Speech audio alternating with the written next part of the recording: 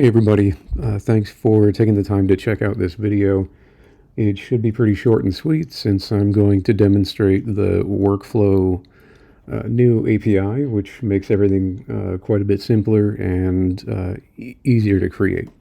So the first thing I want to show is that I am working with the wallet sample. And so I have, in my example here, I've got a wallet entity.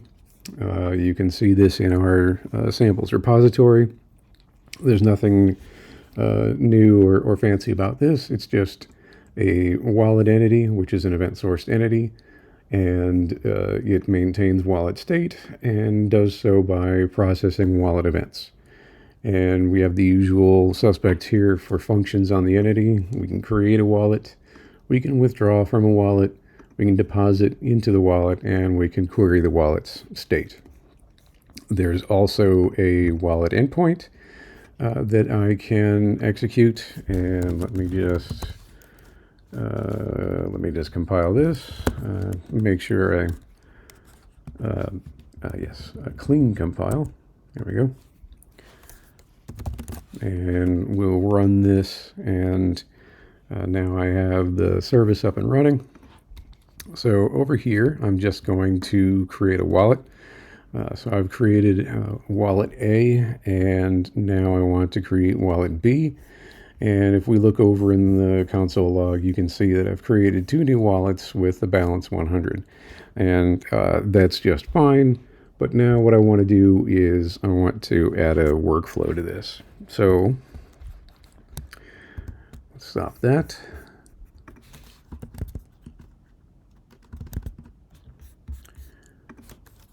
And I'm going to switch to another branch, and I'm not cheating or anything. I'm just sparing you the pain and suffering of watching me make far too many typos. So let's open up the code again, and now we should see that I have a transfer namespace here, and in there I have a transfer workflow. And if you're familiar with the transfer API, or not the transfer API, the workflow API from before, this should look pretty familiar. I've got a transfer workflow, and this workflow has a state from a class called transfer state. And here I have some types, which are the input types of the commands that I'm going to be sending to this workflow. So I have withdraw and deposit.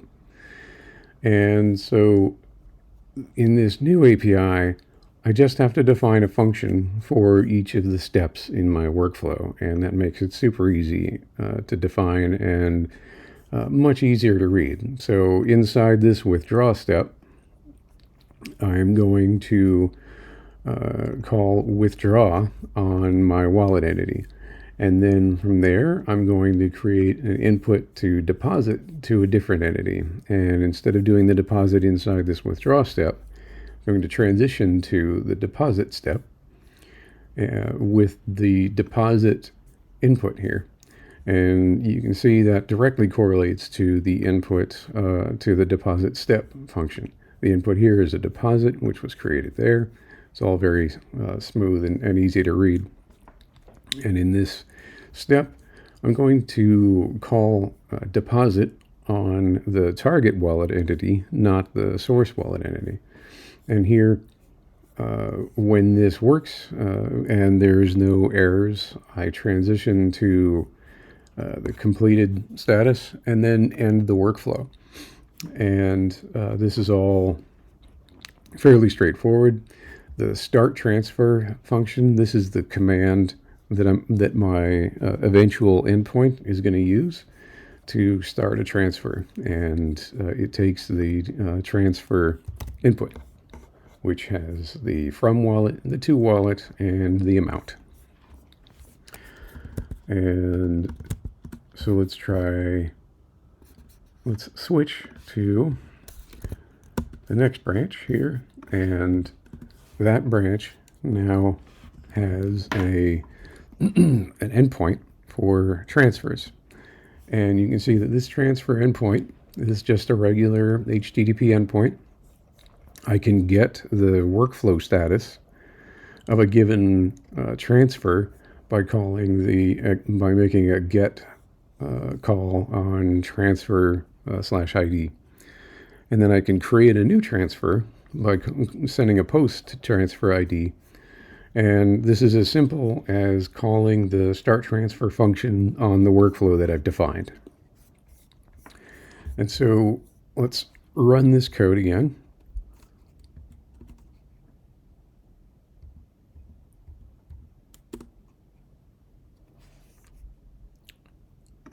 And now I'm going to create my wallets again. I've got wallet A, wallet B. You can see that I've created wallet A and B over here.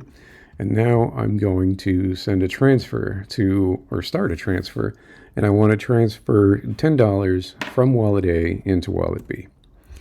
And everything was okay on that command. And now we look in the console and we have a withdraw from wallet A of $10 and a deposit into wallet B of $10.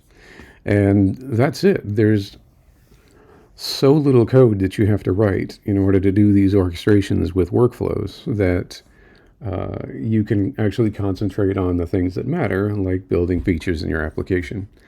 And in an upcoming video, I'll go over all of the fancy new features in the local console and show what this looks like with a graphic interface.